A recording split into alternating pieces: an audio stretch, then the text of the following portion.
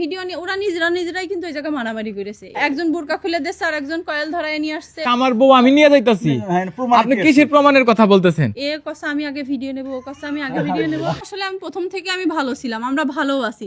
তো প্রথমে শেষ ইন্ধনদাতা তো একজন আছে, সেই দেশে সে আমার ইজ্জতহানি করলো, সেই সব কিছু করলো। ভাই আপনি কখন জানতে পারছেন এই বিষয়? আমি ভাই আসলে আমাকে ওইখান থেকে রিয়াজ ভাই নামের এক ছেলে ফোন দেয়, ঠিক ওর স্টেটমেন্ট একটা 4 ঘন্টা ওনারা নিছে। ভিডিও নেওয়ার সময় ওরা এমন মানে ভিডিও আমি তো বুঝিনি আসলে, সত্যি আমি অনলাইন জগতের এসব কোনো কিছু বুঝিনি।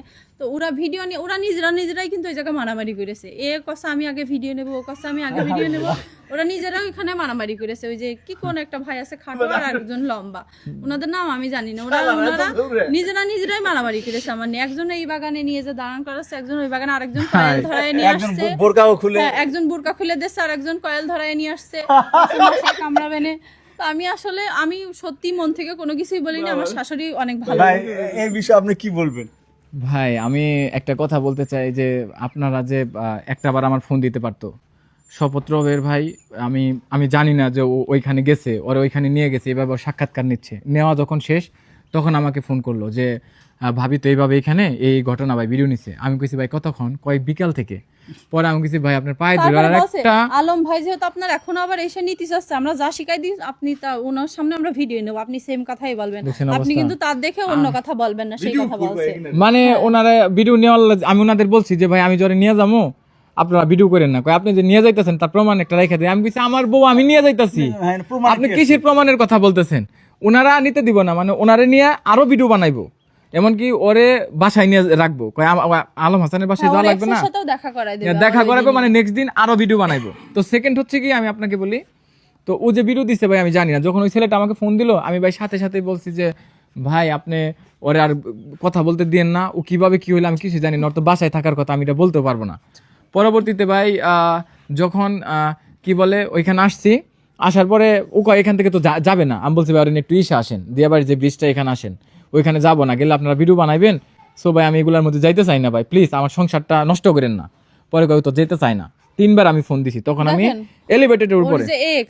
ও সবসময় বলে আমাদের নিয়ে কোনো কথা বলে না, কোনো কথা বলবেও না, কিন্তু ও কিন্তু প্রথম থেকে শেষ পর্যন্ত ওই কিন্তু আমাদের সংসার সবকিছু ঝামেলার জন্য উনি দেয়, কিন্তু ওই মানে সবকিছু আমরা কিছু করলেই ক্রিটিসাইজ করে ভিডিও বানায়। আমার এমনিতে ভিডিও হয়, আমি ওর ব্যাপারে কেন কথা বলবো? দেখেন মানে ওই যে ওই লোকদের দিয়ে যে আমার কথা বলে, এটা তো আমি বুঝিনি। বুঝলি কি আমার স্বামী নিয়ে শাশুড়ি নিয়ে আমি কথা বলতাম?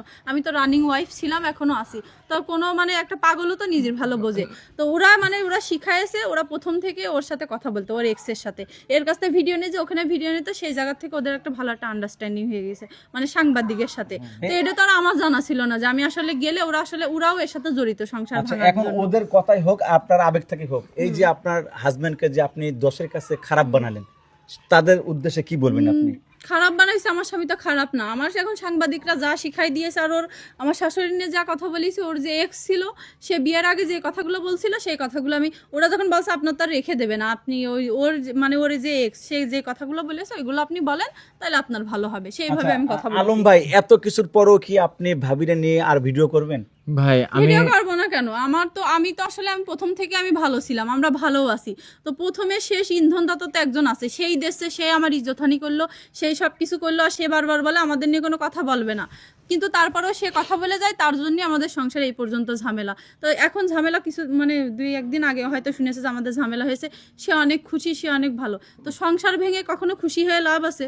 তোমার তো প্রথমে বলেছি তুমি সংসার করে দেখাও, আমরা সংসার করছি, আমাদের মতন সংসার করো। এখন কি কন্টিনিউ আপনারা ভিডিও? হ্যাঁ, আমরা ভিডিও করব, কেন করব না? আরেকটা কথা ভাই, আমার তো যে যা বুঝাইছে আমি তাই বুঝে সে কথা বলেছি, কিন্তু নেক্সটও তো আমি আরেকটা পয়েন্ট দিচ্ছি ভাই। আমি জানি ও যে ভিডিও স্টেটমেন্ট দিচ্ছে এটা নিয়ে অনেক ট্রল হবে, অনেক কিছু হবে, দিয়ে ফেলেছে।